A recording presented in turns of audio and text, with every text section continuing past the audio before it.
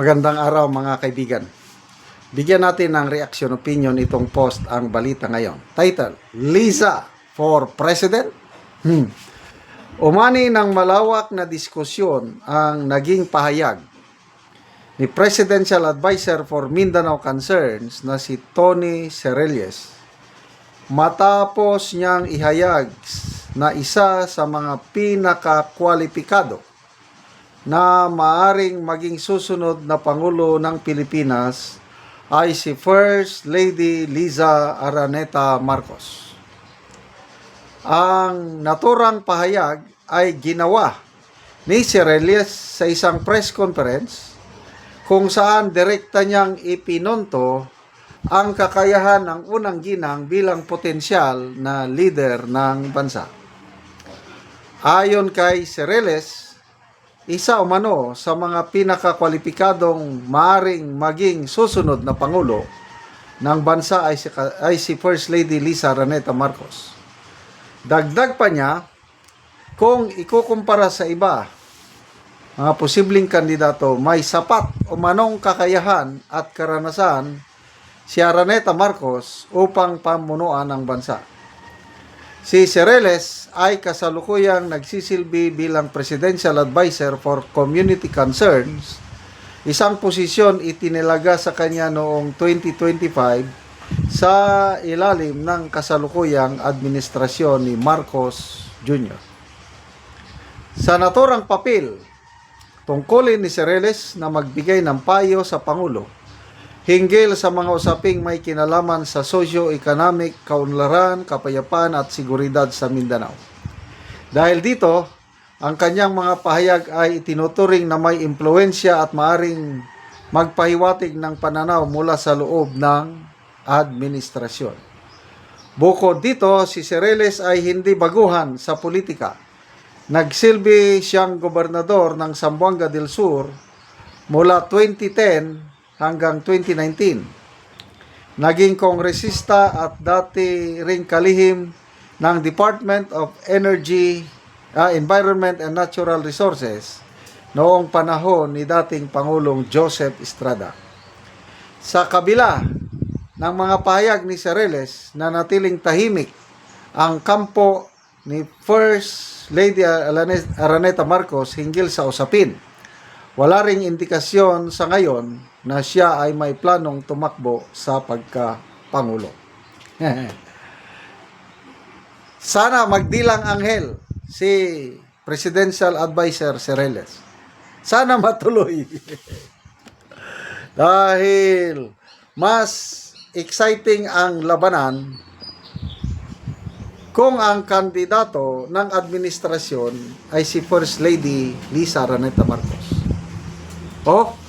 Lalo na kung ang kandidato rin ng Pinklawan si Madam Leni. Wow! tatlong babae maglalaban-laban. O pwedeng pang-apat mo na lang si Risa Hontiveros. Kung hindi tatakbo si Leni, so Risa. So Leni or Risa, Liza Marcos at VP Sara. Wow! Sana. Kasi sa ngayon, wala pang klarong kandidato ang administrasyon.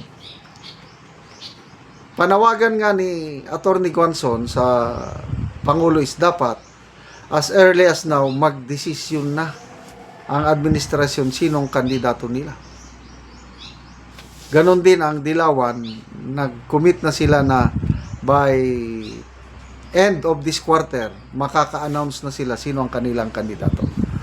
Lamang na tayong mga DDS dahil last year pa, nag-declare na ng kandidatura si VP Sara. Kaya, mapansin nyo si VP Sara ngayon, ang daming mga invitation sa kanya sa mga liblib na lugar na halos hindi na napupunta ng mga national officials. Pinupunta niya. Bilib ako sa kanya yung Lamot Ipugaw. Biglang sumikat ang Lamot. Although nung nasa serbisyo na ako, nakadaan na ako dyan, nakapunta na ako ng Lamot. Nabisita ko. That was the only time na nakita ko yung Lamot.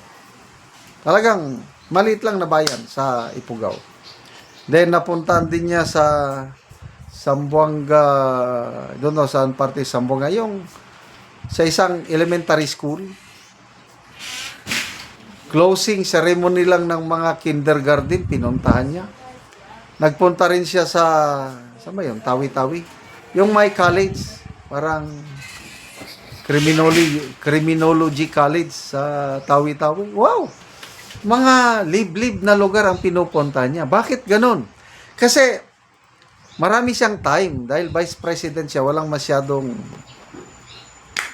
dahil busy lang eh. Esperta eh. Eh habang nandiyan ang presidente, di ang busy, wala lang. Naranasan ko yan. Naging deputy brigade commander ako. Habang nandiyan ang commander ko, di relax lang ako. Nandiyan ang commander eh. So, ang daming napupuntahan ni VP Sara ngayon. Pabor na pabor sa kanya. So, go, go, go! First Lady, kwalipikado daw eh. Yes, magbasa tayo sa mga comments. Kwalipikado.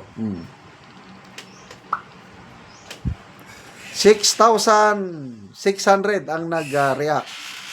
5,900 ang tumatawa. 299 ang galit. 345 lang ang nag-like. So, ilang percentage? Mga 2% lang ang pumapabor na kwalipikadong kandidato si First Lady Lisa Araneta Marcos. Comments. Jonah Zamora, first on the agenda, grab the KOJC assets. Nathan Palencia, ay nako, wag na, baka pati coins, lilimasin na. Aven Castro, walang problema kung tatakbo pagkapangulo sa 2028, karapatan niya yan. Pero, kung sa usapin na siya ay hahalili sa asawa niya, kung wala itong kakayahan, I think, wala namang prohibition. Wala pa namang anti-political dynasty bill. Kaya, ako, okay lang ako. Sana siya nga ang kandidato ng administrasyon. Bakit? Para mas madali siyang talunin ni VP Sara. Ganun lang kasimple. Salamat mga kaibigan sa inyong pagsubaybay sa channel na ito. Nakakatulong kayo ng malaki sa tribong Talandig ng Bukidnon dahil ang sweldo natin sa channel na ito is pantulong po sa tribo. Namimigay tayo ng libreng yero at pako para makapagpatayo sila ng mas maayos na tirahan. Kaya panoorin nyo ang video na ito. Karon mo na niyang matagaan og yero. Si Kuya, mag-atop na siya.